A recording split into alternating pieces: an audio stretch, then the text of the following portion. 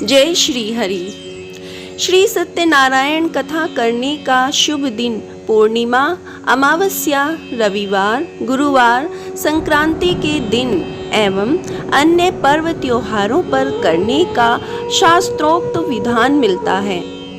सत्यनारायण कथा का प्रारंभ करने से पहले विशेष पूजा की जाती है। सबसे पहले भगवान गणेश की पूजा, भगवान विष्णु की पूजा, पृथ्वी की पूजा, भगवान शालिग्राम की पूजा की जाती है। आइए अब सत्यनारायण व्रत कथा का श्रवण करते हैं। एक समय नैमिषारण्य तीर्थ में शौनकादि 88,000 ऋषियों ने श्री सूत जी से कहा, हे प्रभु, इस कलयुग में वेद विद्या रहित मनुष्यों को प्रभु भक्ति किस प्रकार मिलेगी तथा उनका उद्धार कैसे होगा। हे मुनि श्रेष्ठ, कोई ऐसा तप कहिए जिससे थोड़े समय में पुण्य प्राप्त होवे तथा मनवांछित फल मिले। ऐसी कथा सुनने की हमारी इच्छा है। सर्वशास्त्र ज्ञाता श्री सूत जी बोले, हे वैष्णवों में पूज्य, आप सब ने प्राणियों के हित की बात पूछी है। अब मैं उस श्रेष्ठ व्रत को आप लोगों से कहूँगा जिस व्रत को नारद जी ने लक्ष्मी नारायण भगवान से पूछा था और लक्ष्मीपति ने मुनि श्रेष्ठ नारद जी से कहा था, सो ध्यान से सुनो। एक समय योगी राज नारद जी दूसरों के हित की इच्छा से अनेक लोकों में घूमते हुए मृत्यु लोक में आ पहुँचे। यहाँ अनेक योनियों में जन्मे हुए प्राय सभी मनुष्यों को अपने कर्मों के अनुसार अनेक दुखों से पीड़ित देखकर सोचा, किस यत्न के करने से निश्चय ही प्राणियों के दुखों का नाश हो सकेगा। ऐसा मन में सोचकर विष्णु लोक को गए। वहाँ श्वेत वर्ण और 4 भुजाओं वाले देवों के ईश नारायण को देखकर, जिनके हाथों में शंख, चक्र, गदा और पद्म थे तथा वरमाला पहने हुए थे, स्तुति करने लगे, हे भगवान, आप अत्यंत शक्ति से संपन्न हैं। मन तथा वाणी भी आपको नहीं पा सकती। आपका आदि मध्य अंत भी नहीं है। आप निर्गुण स्वरूप सृष्टि के आदि भूत व भक्तों के दुखों को नष्ट करने वाले हो। आपको मेरा नमस्कार है।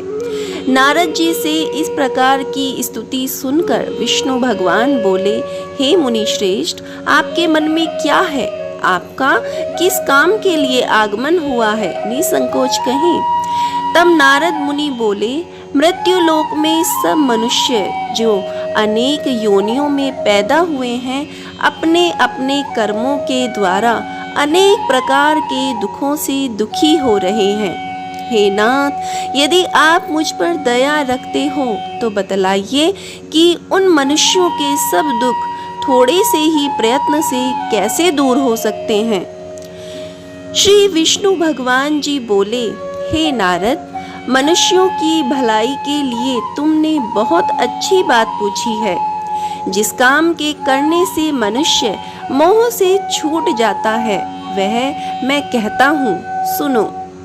बहुत पुण्य देने वाला स्वर्ग तथा मृत्यु लोक दोनों में दुर्लभ एक उत्तम व्रत है।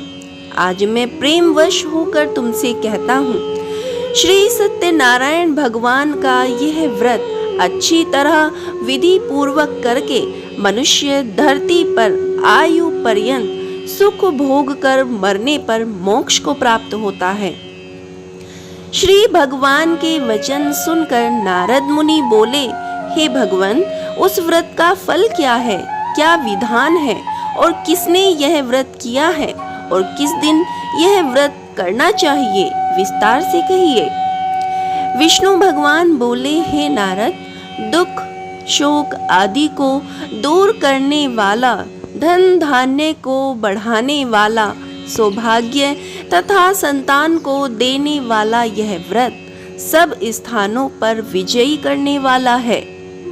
भक्ति और श्रद्धा के साथ किसी भी दिन मनुष्य श्री सत्यनारायण की प्रातः काल के समय ब्राह्मणों और बंधुओं के साथ धर्मपरायण होकर पूजा करें।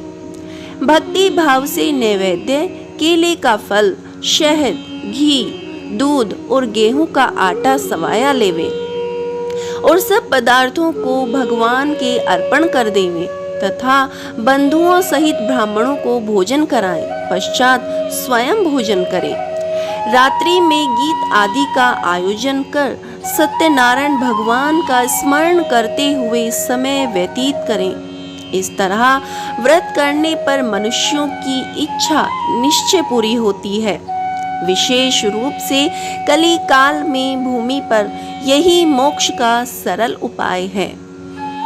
सूत जी बोले, हे ऋषियों, जिसने पहले समय में इस व्रत को किया है उसका इतिहास कहता हूँ, ध्यान से सुनो। सुंदर काशीपुरी नगरी में एक अत्यंत निर्धन ब्राह्मण रहता था। वह भूख और प्यास से बेचैन हुआ नित्य पृथ्वी पर घूमता था। ब्राह्मणों से प्रेम करने वाले भगवान ने ब्राह्मण को दुखी देखकर बूढ़े ब्राह्मण का रूप धर उसके पास जा आदर के साथ पूछा, हे विप्र, तुम नित्य दुखी हुए पृथ्वी पर क्यों घूमते हो? हे ब्राह्मण, यह सब मुझसे कहो, मैं सुनना चाहता हूँ। ब्राह्मण बोला, मैं निर्धन ब्राह्मण हूँ, भिक्षा के लिए पृथ्वी पर फिरता हूँ। हे भगवान, यदि आप इससे छुटकारा पाने का कोई उपाय जानते हो तो कृपा कर मुझे बताएं। वृद्ध ब्राह्मण बोला, हे विप्र, सत्यनारायण भगवान मनवांछित फल देने वाले हैं, इसलिए तुम उनका पूजन करो, जिसके करने से मनुष्य सब दुखों से मुक्त हो जाता है। ब्राह्मण को व्रत का सारा विधान बतलाकर बूढ़े ब्राह्मण का रूप धारण करने वाले सत्यनारायण भगवान अंतर ध्यान हो गए। जिस व्रत को वृद्ध ब्राह्मण ने बतलाया है मैं उसको करूँगा, यह निश्चय करने पर ब्राह्मण को रात में नींद भी नहीं आई। सवेरे उठ सत्यनारायण के व्रत का निश्चय कर भिक्षा के लिए चला। उस दिन उसको भिक्षा में बहुत धन मिला, जिसे बंधु बांधवों के साथ उसने सत्यनारायण भगवान का व्रत किया। इसके करने से वह ब्राह्मण सब दुखों से छूटकर अनेक प्रकार की संपत्तियों से युक्त हुआ। उस समय से वह ब्राह्मण हर मास व्रत करने लगा। इस तरह सत्यनारायण भगवान के व्रत को जो करेगा वह मनुष्य सब दुखों से छूट जाएगा। इस तरह नारद जी से सत्यनारायण भगवान का कहा हुआ यह व्रत मैंने तुमसे कहा। हे विप्रो, मैं अब क्या कहूँ? ऋषि बोले, हे मुनीश्वर, संसार में इस ब्राह्मण से सुनकर किस किस ने इस व्रत को किया, हम वह सब सुनना चाहते हैं। इसके लिए हमारे मन में जिज्ञासा है। सूत जी बोले, हे मुनियों, जिसने ये इस व्रत को किया है वह सब सुनो। एक समय वह ब्राह्मण धन और ऐश्वर्य के अनुसार बंधु बांधवों के साथ व्रत करने को तैयार हुआ।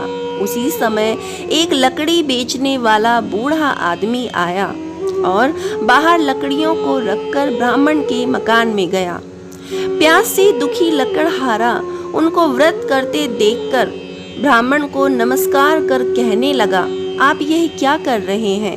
इसके करने से क्या फल मिलता है? कृपा करके मुझको बताइए। ब्राह्मण ने कहा, सब मनोकामनाओं को पूरा करने वाला यह सत्यनारायण भगवान का व्रत है। इसकी ही कृपा से मेरे यहाँ धन धान्य आदि की वृद्धि हुई है। ब्राह्मण से इस व्रत के बारे में जानकर लकड़हारा बहुत प्रसन्न हुआ। चरणामृत ले प्रसाद खाने के बाद अपने घर को गया। अगले दिन लकड़हारे ने अपने मन में इस प्रकार का संकल्प किया कि आज ग्राम में लकड़ी बेचने से जो धन मिलेगा उसी से सत्यनारायण देव का उत्तम व्रत करूंगा। यह मन में विचार कर वह बूढ़ा आदमी लकड़ियां अपने सिर पर रखकर जिस नगर में धनवान लोग रहते थे ऐसे सुंदर नगर में गया। उस दिन वहां पर उसे उन लकड़ियों का दाम पहले दिनों से चौगुना मिला। तब वह बूढ़ा लकड़हारा दाम ले और अति प्रसन्न होकर पके केले, शक्कर, घी, दूध, दही और गेहूं का चूर्ण इत्यादि सत्यनारायण भगवान के व्रत की कुल सामग्रियों को लेकर अपने घर गया। फिर उसने अपने भाइयों को बुलाकर विधि के साथ भगवान का पूजन और व्रत किया। उस व्रत के प्रभाव से वह बूढ़ा लकड़हारा धन, पुत्र आदि से युक्त हुआ और संसार के समस्त सुख भोग कर वैकुंठ को चला गया। बोलिए श्री सत्यनारायण भगवान की जय।